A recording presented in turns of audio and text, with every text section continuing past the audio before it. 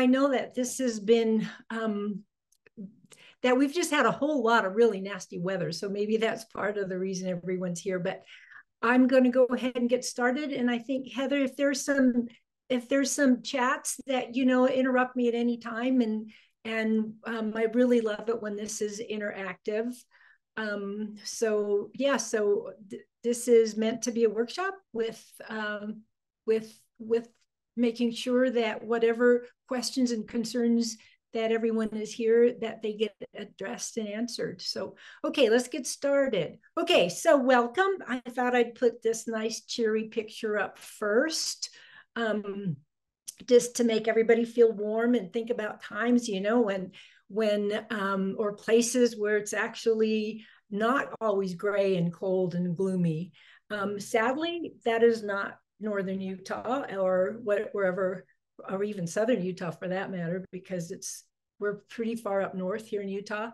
But I also wanted to, before we get going, I just wanted to let you know a little bit about me. I'm a clinical mental health therapist. I've been in practice for many decades, and I've been working as a therapist for Blomquist Hale for a little over a year now, about a year and a half. I'm so honored to work for them. It's a great company, and Blomquist Hale has all kinds of awesome benefits for everyone who has the EAP privilege with them. So EAP is Employee Assistance Program. It allows you to connect with therapists. You don't have to have EAP actually to get these videos, which is cool. But for the EAP portion, the therapists that you connect with are all highly trained and can help you with all kinds of issues. It's all confidential, and best of all, it's free. Maybe the best of all is that's really good quality. So I did want to give a little shout out to Blomquist Hale. They're not, I get a salary, but they're not paying me to tell you guys how awesome the company is. I'm just really privileged to work with them, and I'm saying that right from my heart. So, okay, let's get going. So I wanted to start off with this great quote from William Shakespeare. Now is the winter of our discontent. And, winter's a tough time for so many of us. And it was way back then as well, too. I think that's from King Lear. Anyway, in this workshop, you guys will learn why we so often feel down in the winter months, and also the difference between the winter blues, which affects probably about 40%, 50%, maybe more of us, and seasonal affective disorder, which is a far more serious version of the blues. And best of all, we're going to talk about what we can do to feel better. So just, we're not like this beautiful little snowy owl. We can't just go laugh at the winter blues. So let's keep going and see what this is all about. Okay, so the symptom of the winter blues, I want to share again a little bit of the difference between the blues and seasonal affective disorder. The symptoms of the winter blues are low energy, apathetic, unmotivated, a little bored, feeling down, less interested in friends and activities you usually enjoy. The word for that is kind of anhedonia, not necessarily depressed, but just blah.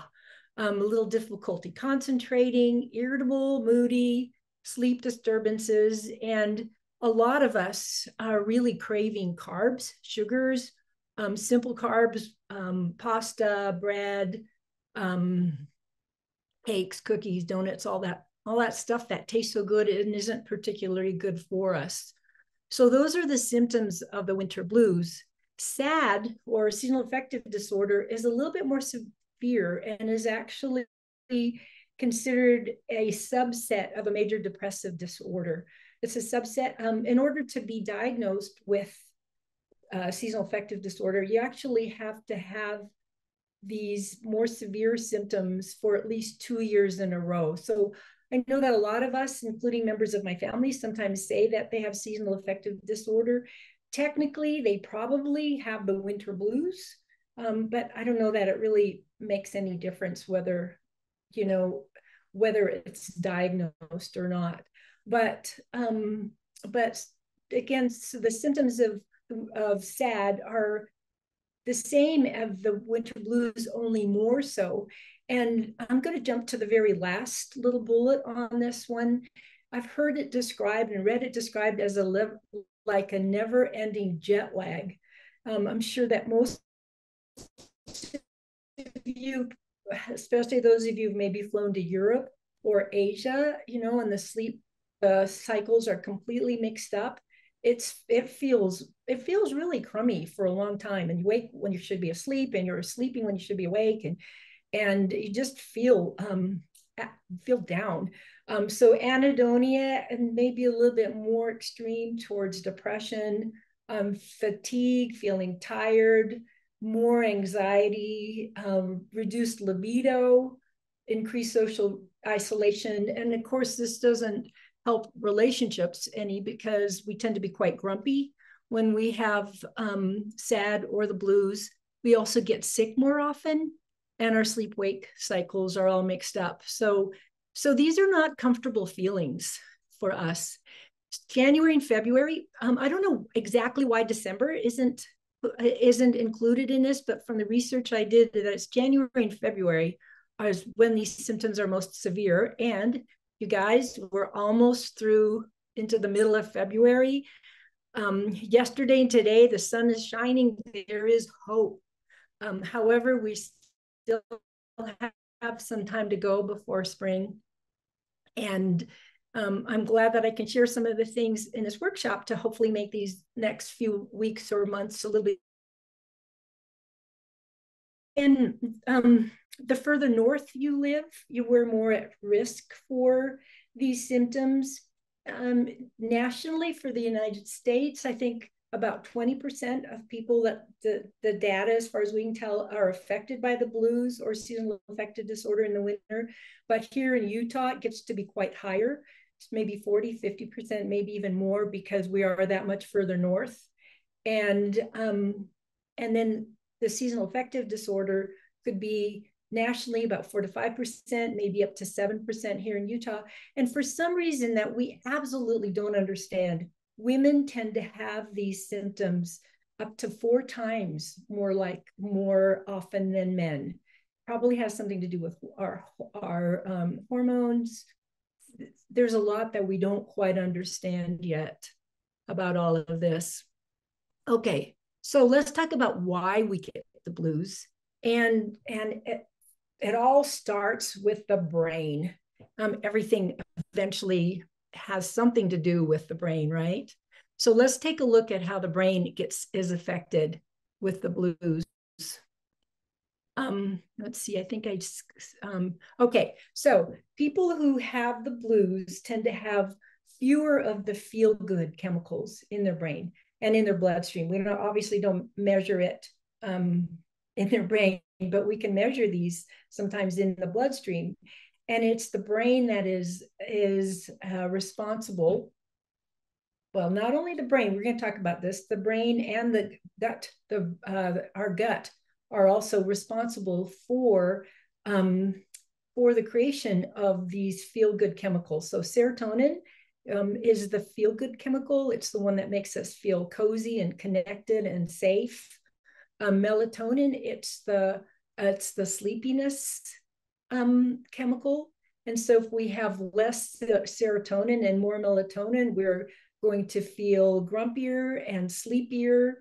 If we have lower dopamine, dopamine is the chemical that tends to motivate us to get things done.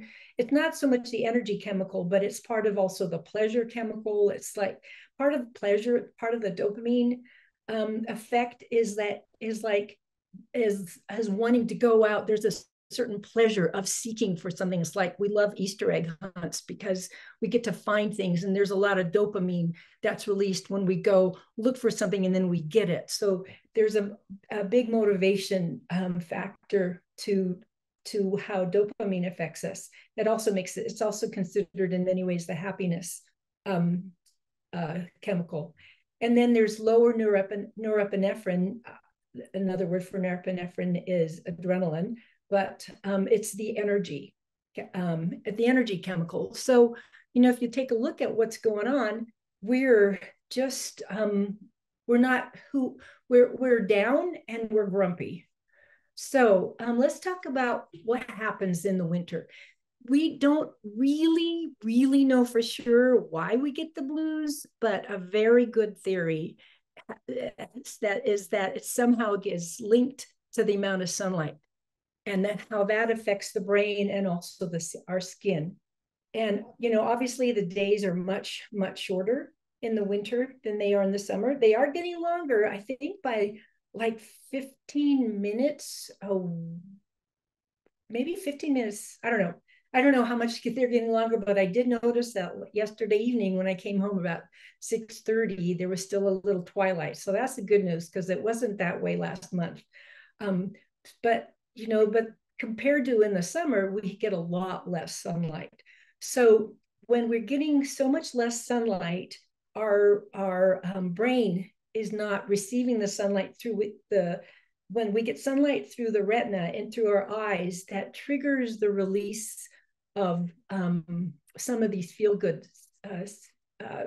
neurotransmitters that we were talking about. So sunlight affects the hypothalamus and the pineal gland in the brain, and these two parts of the brain are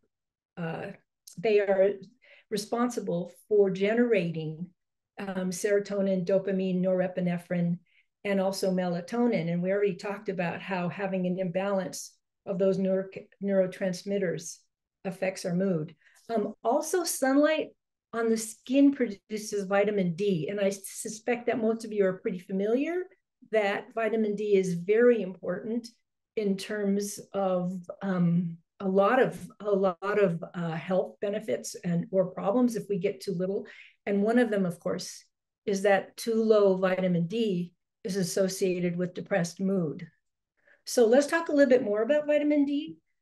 And in Utah, we don't often have the UV index over 3. I don't know, on my weather app, I often take a look to see if I should be putting on sunscreen, even in the middle of the day. And most often when it's really gloomy and cloudy outside, which has been a lot these last few days, the UV index is around 2. And our bodies don't make sunlight through our skin until the UV index is 3 or higher. Not to mention it's been colder, right? So we're all bundled up, and maybe we'll get a little bit of sunlight on our faces. But in the summertime, of course, running around in short sleeves and shorts maybe, and when we are outside, we're exposed to a lot more sunlight. So what I've heard is that it's almost impossible, or it is impossible, basically, to get enough vitamin D in the winter months here in Utah, and even all of North America. Generally, we are vitamin D deprived. And again, all kinds of health problems are caused by low vitamin D, including mood issues, so feelings of sadness and anxiety. So not getting enough sunlight in the winter is an issue for us. Okay, what's the circadian rhythm? Circadian rhythm is it's our biological clock, and it's our internal clock that tells our body when we should be awake, when we should be asleep, when different hormones like melatonin in a normal circadian rhythm, more melatonin, the sleepiness chemical, is released when it gets dark. And we have this fine-tuned biological clock when everything works great. But the circadian rhythm can get disrupted in the winter, and especially because we have all these artificial lights. Sometimes we wake up much later, or we go to work when we have to go to work at 8 o'clock and it's dark outside, and then we come home when it's dark. So the normal signals that let our body know that it's time to wake up, it's time to go to sleep, we don't have those same signals in the winter that we do in the summer. So when the circadian rhythm, when those signals aren't there to set the biological clock correctly, then that can really disrupt our sleep cycle. And when our sleep cycle gets disrupted, then there are all kinds of problems that can happen for our mood. So let's talk about sleep. Okay, so sleep disruption. I mean, sleep is one of our superpowers when we can get good sleep. And when we don't get good sleep, it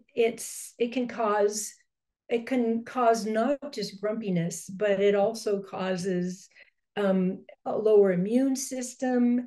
It causes us to gain weight. I think that's, even on the same amount of chemicals or the same amount of calories, apparently. All kinds of things happen in our brain that are good for our brain when we're getting good sleep. One of them is that it's a time that the brain kind of cleans itself out. There are those plaques and tangles that we see associated with dementia and Alzheimer's, that when you get good sleep, what we're seeing, again, this is early science, but what we're seeing is that good, deep, restful sleep can kind of do a house cleaning in the brain and get rid of those plaques and tangles that can be a problem for us, especially as we age. Sleep is also really important for memory formation, for learning, for concentration. I probably don't really have to let most of you know how important sleep is, because so often with the people that I talk to in my private practice, or in my practice with Blomquist Hale, and also in my own life, if I'm not sleeping very well at night, which sometimes happens sadly, I'm just not good the next day. I can't concentrate, I'm grumpy. And if that keeps happening over time, that it can become cumulative, and you can really see how that can add to seasonal depression and to the winter blues. So we do, sleep disruption and the circadian rhythm disruption because of lower sunlight and lower vitamin D. That's probably considered the number one reason why we get the winter blues. It may have something to do with our genes, and the only reason we say that is because seasonal affective disorder does tend to run in families. I don't know much more about that. I just wanted to mention that as a possibility. When I was doing the research for this presentation, I also came across a term called the post-holiday blues or depression. And that kind of made sense to me too, that we get so geared up in our culture for the holidays. And I know, especially for working parents, there's a lot of pressure to keep up with everything at the job, plus spend a lot of money getting festivities ready and making sure that Santa Claus comes for kids. A lot of holiday festivities, which can be a lot of fun, but they can kind of be exhausting. Financial worries, because it's a time when we tend to spend quite a bit of money.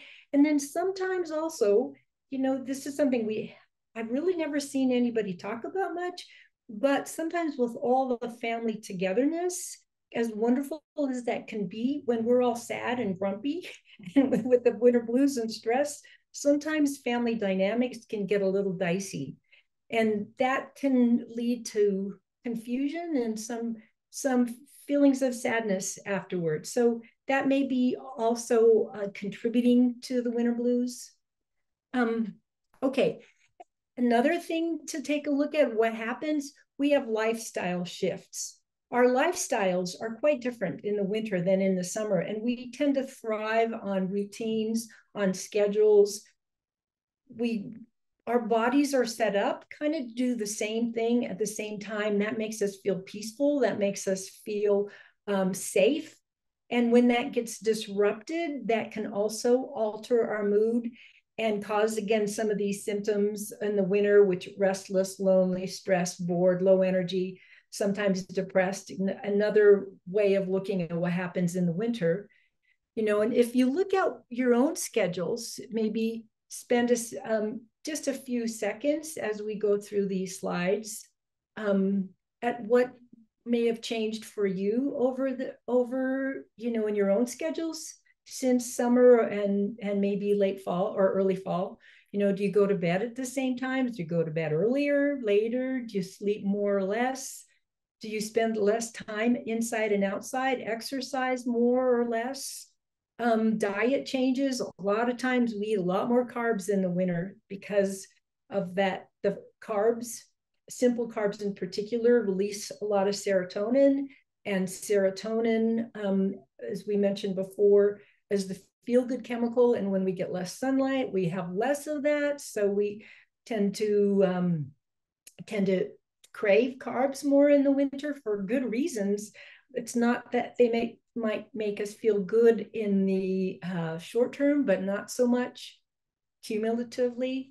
In the winter, are you sitting more at night? Are you spending more time sitting and watching movies, social media? The weather's crummy outside. You may be not wanting to go out as much. Sometimes there are changes in alcohol or caffeine consumption, which can very much affect the way we feel. Are we spending time with friends and family more or less? Stressing about the weather, driving, air quality, etc. We tend to worry about those things a little bit more in the winter. And then also, of course, the winter is a time when we get sick more. And that can be kind of a cycle, because as our moods get depressed, our immune system suffers. And when we're inside a lot more, we're exposed to a lot more viruses and maybe bacteria too, anyway, respiratory illnesses. So all of these things are disrupt our normal routines, and that can affect how we feel and our moods. Okay, so let's transition to what we can do about the winter blues. And I'm wondering, Heather, are there any questions at this point about what causes the winter blues, or can we transition into this wonderful scene of knowing eventually summer will come? I don't know if we get to go to the beach or not, but there will be warmer weather.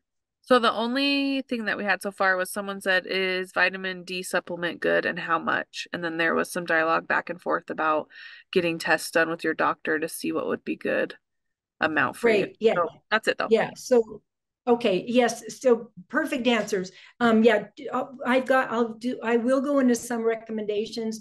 Obviously, I'm not a physician. Best to check with your doctors, your provider. But in general, vitamin D supplements can be really helpful. Again, I'm not a provider, so okay. So bask in this wonderful picture. I think you can just imagine the sun shining, or the sun coming up, on a nice beach scene, but we're not there yet. So since we're not there yet, what can we do? And there are things we can do. Actually, a lot of things we can do to manage the blues. So that's where I want to go now. So I don't know that this is the most important. It was really, I'm not introducing these in what's most important necessarily, because of course it's going to depend on individuals, but I did really want to emphasize the importance of a healthy diet, and especially when we are being kind of pushed into the simple carbs. Now, carbs are great. There's nothing wrong with carbs. And in fact, if we don't get enough carbs, your gut biome's not going to be happy. And if your gut biome's not happy, we're not going to be happy. So yes, so a healthy diet, just in and of itself, is very important for mood. And I think all of us who've lived on junk food a little bit too long, for short periods or whatever, we know how much food can affect our mood. But one of the reasons that food affects our mood so much is because of our gut biome. And there's more and more evidence coming out about the importance of the gut biome as our second brain. And imagine that that probably all of you who are listening right now are familiar with the term of the gut biome as the second brain. And it was kind of interesting this morning as I was just sometimes in the morning in my inbox, I get a TED Talk. And I really love listening to the TED Talks in the morning. It's kind of a nice way to wake up and get going. And it turns out that this morning's TED Talk was titled, is your gut biome responsible for your mood? So of course it's like, okay, I'm going to click on that and listen to that. And it was, I'm pretty sure if you Google that, you could probably find what I was watching this morning.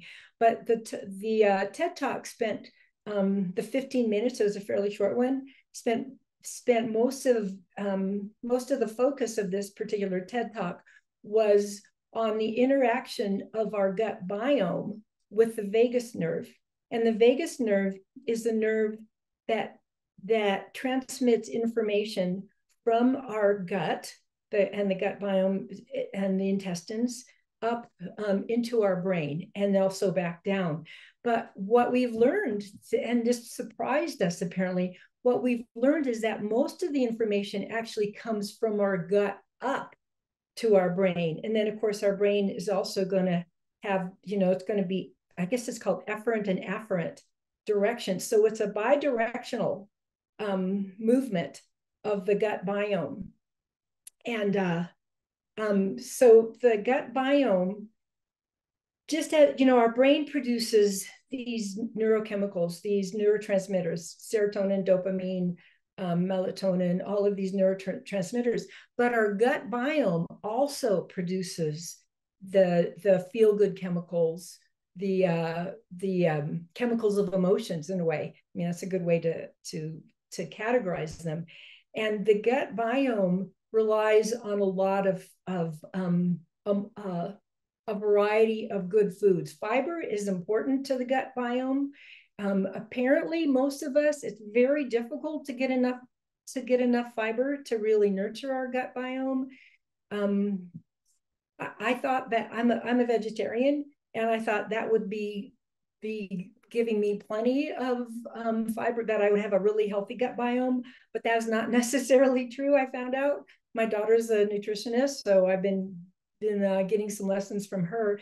And apparently, in order to really nurture our gut biome, we need to focus on legumes, on plants. A plant diet is really good for our gut biome, fermented foods. So nutrition, the more we learn about nutrition, the gut biome, and mood, the more important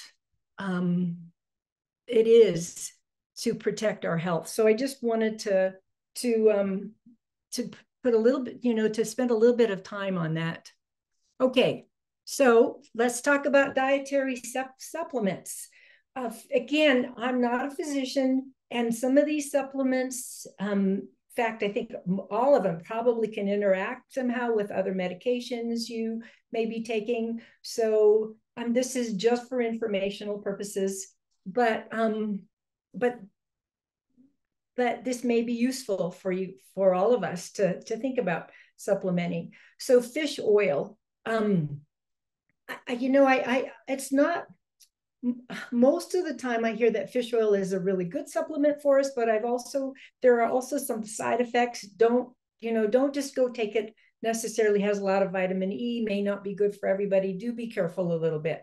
But one of the reasons that we think fish oil might be helpful for the blues, for the winter blues, is because Iceland has a very low, Iceland is way up north, and there aren't a lot of diagnosis, or there's not a lot of symptoms that we hear about in Iceland that are represented in Iceland about the winter blues. And one of the things that we think about is maybe it's fish oil. Of course, there could be a lot of other social cultural reasons. So just what is it, that good old term, correlation does not prove causation, right? But it is possible, that fish oil might have something to do with it.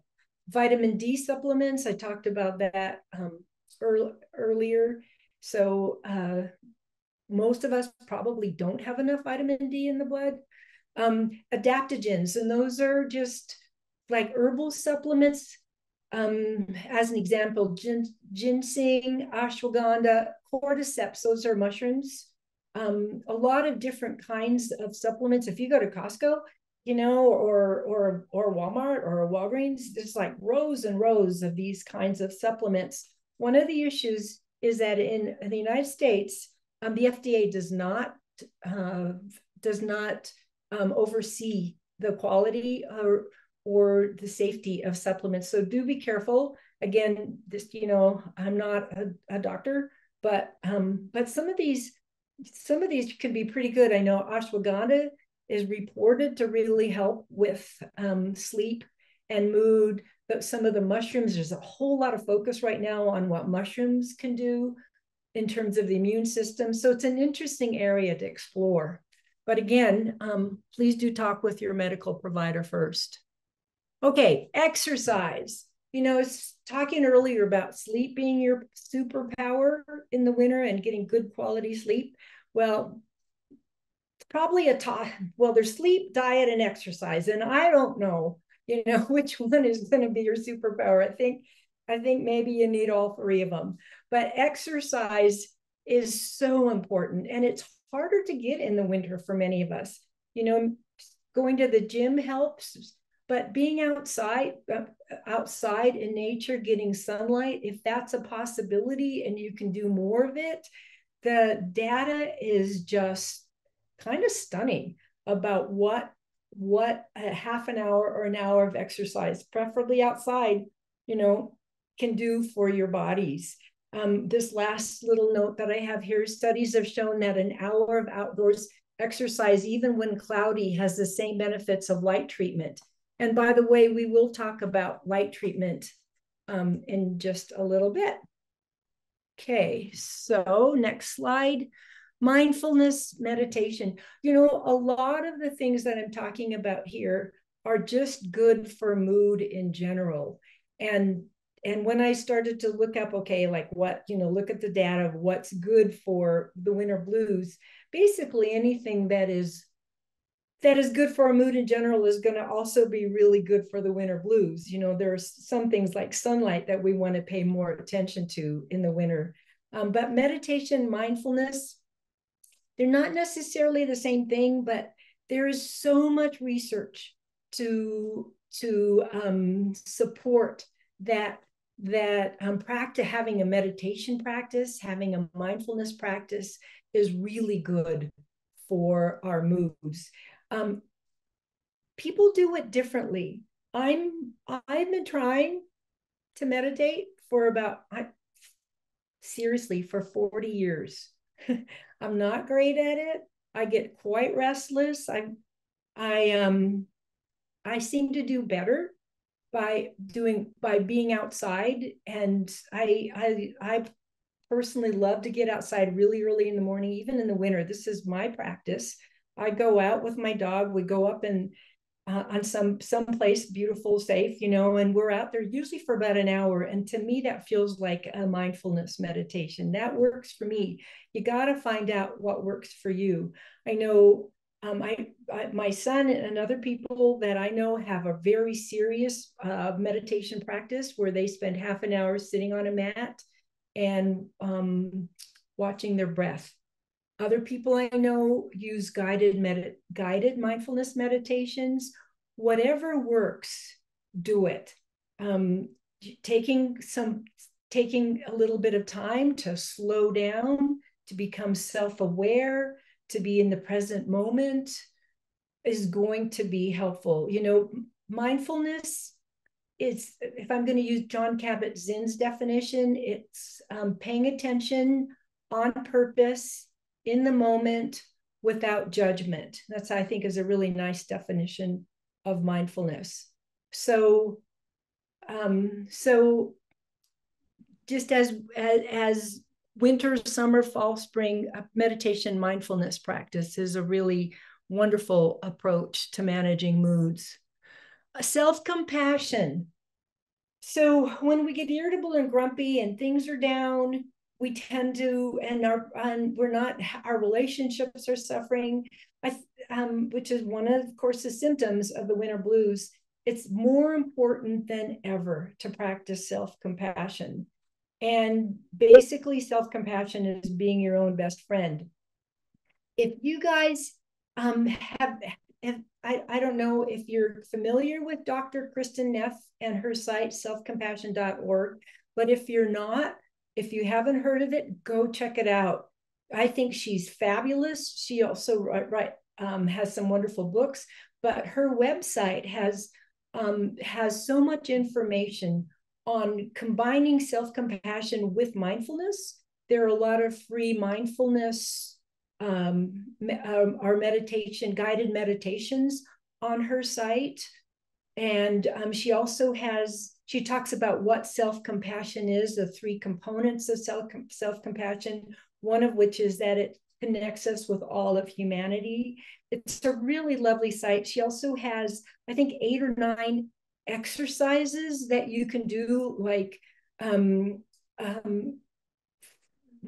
writing a letter to yourself. There are specific exercises you can do to start to quiet that inner critic that we all have, and to help yourself be a little bit more loving towards yourself. So if you're not familiar with her site, I urge you to take a look at it. I think we can all benefit, a little bit more from self-compassion. Self-compassion is not the same as self-esteem. Self-compassion is kind of, I think, part of a growth mindset that we all make mistakes, we all mess up sometimes, and we can learn from it and grow from it, and not beat ourselves up because of whatever we're upset with ourselves about. So enough about self-compassion. Okay, gratitude practice. Again, this is something that is good at any time. It's a wonderful mood booster. But maybe in particular when we're struggling in the winter.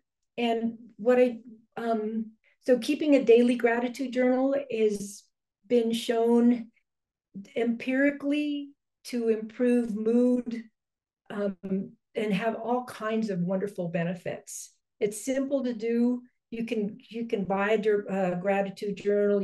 There are gratitude apps. What's important about it, the gratitude journal, is that when you write these things down, better to actually write them down. Saying it to yourself is not enough. It's great place to start, but you want to write it down somehow, whether it's in your app or in a notebook. And you want to be really, really specific. So, just saying I'm grateful for my family is a wonderful place to start, but it's not enough in terms of really starting a gratitude practice from the research that I've been looking at. So you want to get really specific. So I am grateful that my husband made me a delicious breakfast of oatmeal and fruit this morning. Very specific, very concrete. I am so grateful I'm so grateful that I saw a plant. I saw that this morning, I saw a tree that had a little icicle coming from the base of one of the branches. It makes me smile when I think about that. So something that's very specific. And what we know, that having a gratitude journal, it only takes a few minutes a day. It's a practice. It's also a practice of mindfulness, being in the moment, and has all kinds of mood and health benefits. And yeah, there we go. Okay, this one we've talked about already a little bit. Nature. Walk outside if you can. I know that winter isn't the favorite time for a lot of people. And if you go skiing, that's great. But right now here, at least going up the canyons, it's pretty frustrating. So somehow getting out, walking around your block, just being outside, engaging with nature, however you can do it, even indoors. I thought that this was very fascinating when I read about it. Plants, so having house plants improves people's moods. In assisted living and nursing homes, the residents who have a plant in their room do better than residents who don't, because they have something to tend, there's something beautiful, there's a live thing to engage with. And also, this is something that I didn't know about, but apparently the microbes in plant soil are good. You know, we talked about the gut microbe, the gut biome, and we being exposed to dirt, being exposed to nature, some of those microbes that we get into our gut through our house plant help our gut biome. I thought that was one of the coolest things that I learned doing the research for this workshop. I also, by the way, going back to, on a tangent, back to the gut biome, I did a masterclass not so long ago, a couple of weeks ago, on the gut biome, and it was masterclass. The masterclasses are, I think, are really excellent, and the microbiologists, it was a couple. They were both microbiologists, and they are practicing everything that they're learning in their lab as they are studying the gut biome. And they say that gardening, so I know this is not a winter thing, it's a summer thing, but when you go back to the when summer does happen, gardening is really good for our gut biome, because we're in the dirt, we get exposed, we inhale, it's, you know, just another way to take care of our gut biome. I also, plants are awesome. I also included pets. And for those of you who have pets, I know I have a wonderful dog, and she delights me. And so I know that not everybody can have a pet, but boy, oh boy, am I grateful. Now, that's one of the things I can always put on my gratitude journal about, what did my dog Lily do today? Like, how many of my socks has she been carrying around the house today? So anyway, however you engage with nature, that's a very helpful way to, oh, I don't know what happened to that one. Okay. Sorry, there was an extra slide in there. Okay. So perspective, the expectations. In Scandinavian country, they also seem to have a little bit less of the winter blues than in North America. And they practice something, they know they're going to have it, and they practice something that is pronounced hygge. I looked it up on Google. I think it's hygge. And it's a word for getting cozy, slowing down, enjoying being at home. It's the expectation that it's okay to slow down. It's okay to sit around and read a good book. That's okay. So again, managing expectations. Sleep. We've already talked a little bit about sleep, managing your sleep, protecting your circadian rhythm. So let's get into some of the specifics. I'm sure probably, you know, most of you have already learned a lot about this, but a cool room is ideal, 68 degrees, 67 degrees. Bed is only for sleep and intimacy. We have something called state dependent learning. Our bodies like to do the same thing in the same places. And so if you're watching TV from your bed, or if you're doing homework from your bed, or if if you're lounging a lot on your bed, your body is thinking, oh, this is what a bed is for. So if you can limit the time you spend in bed to sleeping and intimacy, then your brain will go, oh, that's what a bed is for, and not confuse it.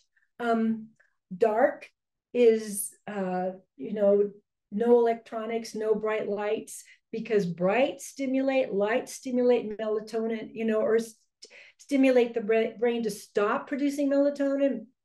Things, like now it's time to wake up. So you want it dark. Taking a hot bath before bed can be very useful. It's kind of counterintuitive, because if I know I feel really hot when I take a hot bath, but apparently once you get out of the bathtub, even if you wrap up in a nice cozy bathrobe, towel, all that stuff, your body actually cools down. And so if you go to bed, your body needs to cool down a little bit to fall asleep, and it's a way to help it go to sleep. This next one, don't spend more than 20 to 30 minutes lying awake in bed. This one has, for me, really been maybe it's extreme to say life-changing, but it could be, because I'm a terrible sleeper. At least I have been a terrible sleeper. And I've spent way too many hours tossing and turning in bed during my life. When I learned about this, I took it seriously. I do not like, so if I'm tossing and turning in bed and it's been 20 to 30 minutes, trust me, it's cold. I don't like getting up, but I do, because I know it will change my night. So if I've been tossing, turning, and all the data, I got, all of the data absolutely supports this. Get up, go, go wrap up in a robe or something and do something really boring. Get bored. So I wander around. I don't turn on a lot of lights. I have like very low lighting. I'll do some stretching exercises. I'll sit down on my couch, until I feel really sleepy. I'll do some yoga or tai chi, something like that. I don't tend to read because the light's too bright, but for some people you can read something boring. Anyway, do something different until you feel sleepy and then go back to bed. That one has been the most important for me personally. Also, of course, our body likes routines. So like we said earlier, keep the same sleep cycle, use wake up with a dawn simulator. It's something that gradually teaches your brain that it's getting light. So those are all things that can help sleep. And then also, when you first get up, get some bright light into your eyes when you're awake, because that signals the brain to stop the melatonin, which makes you sleepy. So, okay, so the last thing is light therapy, using light therapy, those light boxes. So light therapy, there's various different lumens, the LUX. I think that might be called lumens. I'm not sure, but generally they're about 10,000 lumens, which is 100 times brighter than normal light. Not nearly as light as being outside on a sunny day, but much lighter than normal light. You might want to talk to a physician also before you do this. But and I don't know if insurance ever pays for them. But anyway, what's usually done is you sit close to the light box for 30 minutes a day, usually early in the morning. Depends a little bit on your circadian rhythm. For some people, it's actually better at night, but most of us, we want to have that light therapy early in the morning. I did want to point out that if you have something that I read and learned about, is that if you have bipolar, a light box can trigger mania. So so again, be a little bit careful. Light therapy can be very effective, but a lot of people have problems sticking to it, because talk about boring. Just sitting there in the light and making sure that the light gets in your eyes. If you don't have a light, maybe in the morning when just sitting by a kitchen window, sitting somewhere where their light is coming in your morning rituals, try to get natural light. Okay, so I think we're about 10 minutes to the hour. That's what I've got for this workshop in terms of my slides. And would love to hear what you guys think, or answer any questions you may have. Yeah, feel free to send those in the chat right now if you'd like. We didn't get any questions throughout, just some comments. Okay. Someone said, I had a yoga instructor say to do downward facing dog pose if you can't fall asleep. I love it. I think that's a great idea. We actually did have one question. They said, should we give our children vitamin D supplements? Ooh, I don't know the answer. Probably the best thing would be to have kids go outside during the middle of the day as much as possible. But from everything I've read, we don't get enough vitamin D. But that's a question for a physician. Great question, though. And then someone made a comment, I'm going to speculate that women are more at risk because we're often stuck at home with kids indoors and for more hours. And they put a wink face and people laughed. So I thought that was cute. I like that. And then someone said, how do you know if you have winter blues or depression? So they are different. And I think the winter blues, you know, I mean, in some ways, like if you start to feel better when the days get longer, and it's not as cold.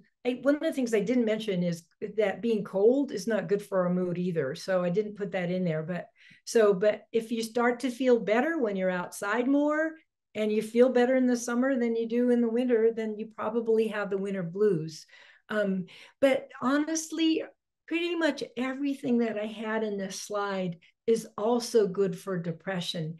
Our depression, I in generally treating depression, we don't focus on light and the circadian rhythm as much as we do for the winter blues, but I don't think that hurts for depression. Exercise, I know that exercise, like aerobic exercise, for half an hour or 45 minutes every day of aerobic exercise for mild or moderate depression is as effective as antidepressants. So I think you can treat them both as pretty much similarly, and just sort of watch over time how if your mood gets better in the summer. But maybe that's because you exercise more in the summer. So, it might be hard to tell. Okay, and then someone just made a comment and said, I don't know how to meet people anymore. I know this is my biggest trigger for my depression. Loneliness. Boy, we could do another whole series on loneliness. I do want to say though that I've learned this from my clients. There are apps out now that that probably that might take a little bit of a push to encourage to engage with them, but there are, like, Bumble has the Bumble app has a friendship, um a way to meet just friends, nothing romantic, that some of my clients have had good effect with. There are also meetup groups. So part of it may be getting over the inertia of actually doing some of these things that we can do. I think it's a great question though, and I think loneliness is a huge epidemic right now. So thank you for asking that question. And it's something that we could pay a lot more attention to. Yeah, and bringing up the loneliness thing, that's a good topic. So I'll add it to our list for future workshops as well, because I think that would be beneficial for a lot of people. It is, isn't it, Heather? Yeah, that is a good topic because it's just ubiquitous, and I think that what happened over with COVID didn't make it any better. It's a little, from what I've read, the fact that so many of us still work remote or hybrid, um, there there's thought that maybe that's increasing loneliness, but on the other hand, we're not sure that it is. So it isn't just a hybrid or remote work thing, and there's a lot of other factors going on to that. I think honestly that sometimes the social media stuff isn't all that great for us in terms of loneliness, but we could certainly explore that more. Okay, and then someone said, do you have tips for motivating yourself to do some of the things that will help you feel better, like exercise when you don't feel like doing it? Oh, yeah, that is because, yeah, you get into downward spiral. Well, I would start, the gut biome, everything I'm reading is a motivation part of it, the energy. How much energy do we have? Eating a good diet is going to give us more energy in terms of feeling better and then having the motivation.